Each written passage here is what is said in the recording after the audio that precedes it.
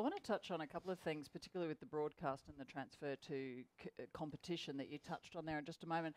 But you both said something about a national outlook, and this is certainly not a question that I was preparing to ask. I'm just curious I'm not because preparing to we've answer had it.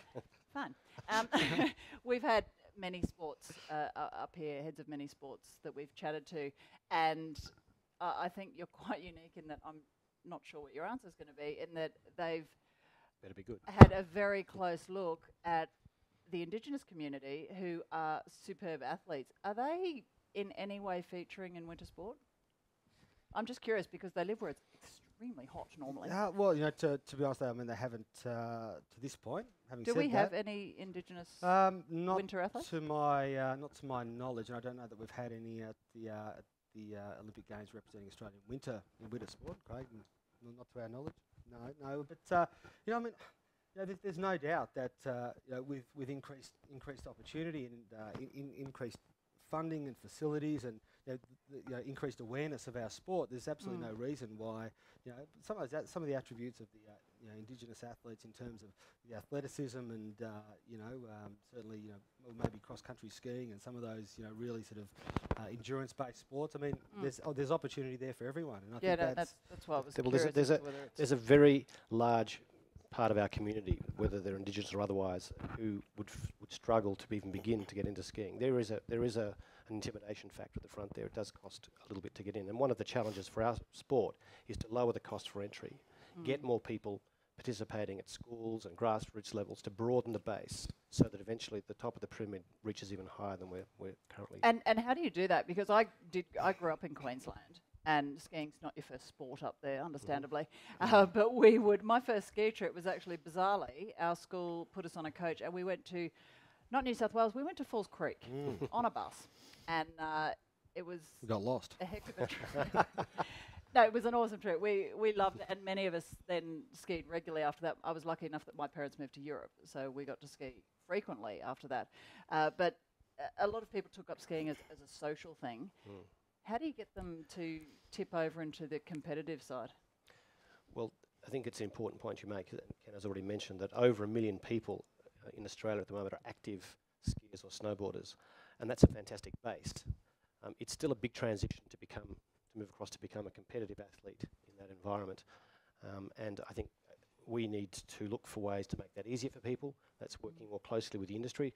Our sport is very, very linked and reliant and dependent and like on osmosis with a huge industry that's very marginal in this country. I mean, the ski resorts have a very difficult time, and to give us space and to give us lift passes and whatever we need and accommodation, it's testing. So our challenge, and again Michael touched on this earlier, is to increase the number of people who go skiing, increase the robustness of the industry, increase the relevance of the activity, therefore the sport, and therefore the base. I suppose, I mean, in many ways, a sport that we're similar to is cycling, right? I mean, like, a lot of people out there in the Leica and on these, really expensive bikes, and I mean, seeing all the people out there in Leica is not a good look anyway, but certainly, they're not the next Cadel Evans, but the thing that Cadel Evans does, and at the back end of that investment into sport and the back end of, of Cadel Evans' result, is that it inspires kids to get out there and maybe when there is that window of opportunity for them to to learn and to train and to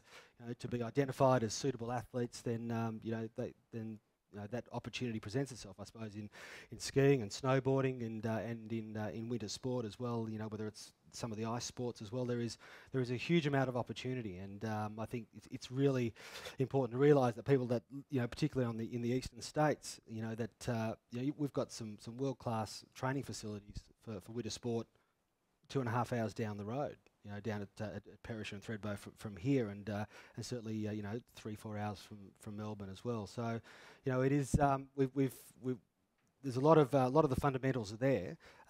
We obviously, like any sport, always need to improve facilities. We always need to improve access to facilities, and when Dean talks about the marginal aspect of the sport, I mean, it's difficult of the industry. I mean, it's expensive, but at the same time, the resorts are investing millions of dollars into snowmaking technology, which makes the seasons more reliable. But again, they've still got that 16-week window to make their year's worth of revenue. So we need to work as a sport.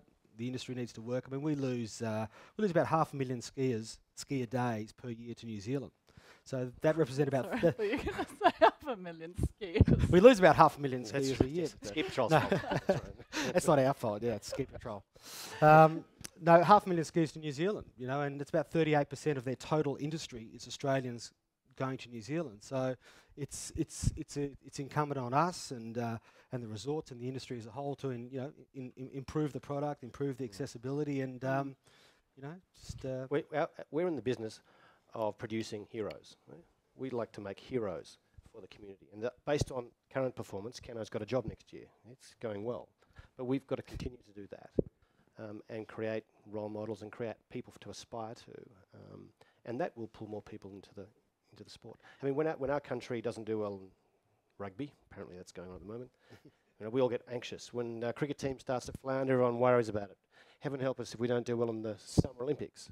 And I think there's an opportunity for our sport one day, for our nation, not just the interested million who ski, but for the entire nation, to be actually genuinely concerned if we are not powerhouses in winter sport. And there is no reason why we can't be. The trend of our sport is toward the sports that this nation can do extremely well in. They are sports that are culturally relevant to us. They are commercially attractive. And it's a very exciting opportunity if we have the resources and opportunity and funding to do it.